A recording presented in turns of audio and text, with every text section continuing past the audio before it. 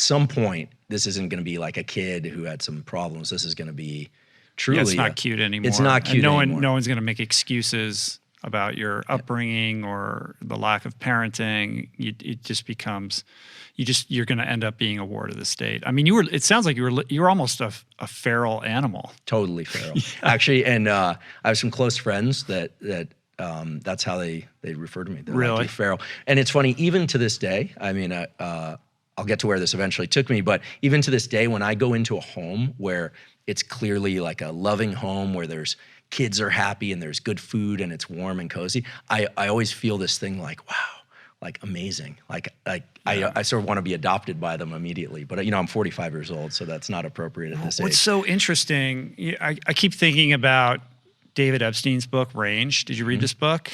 Which is basically this thesis that some of the most successful people are not, we suspect that, the great talents of the world across all disciplines are the people who discover their passion at an early age and practice it voraciously for many, many, many years. But in fact, it's people more like yourself who've dabbled in all different kinds of things, who end up being ultimately, the most proficient at their selected skill set.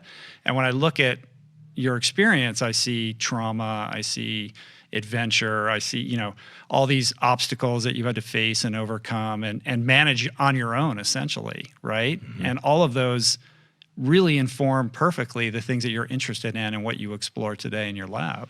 Yeah, it really did. I think that I'm so grateful for those years. I wouldn't wish them on any kid, because I think having a secure, loving environment at home is so key. And, I should say about a third of the kids that I grew up with in that environment, that whole skateboarding punk rock culture, about a third have gone on to found companies or professional skateboarders.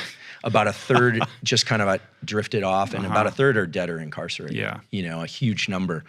And so there's real value in having a support system, that's clear. But it exposed me to all these things like addiction, schizophrenia, rage, like all of these incredible elements. Like I was never really into drinking and drugs. I could drink or not drink. It just I wasn't drawn to it. But other people, they took one sip and it was like, that was their thing. Right. It was like the magic elixir for them. And so, I was observing what was happening.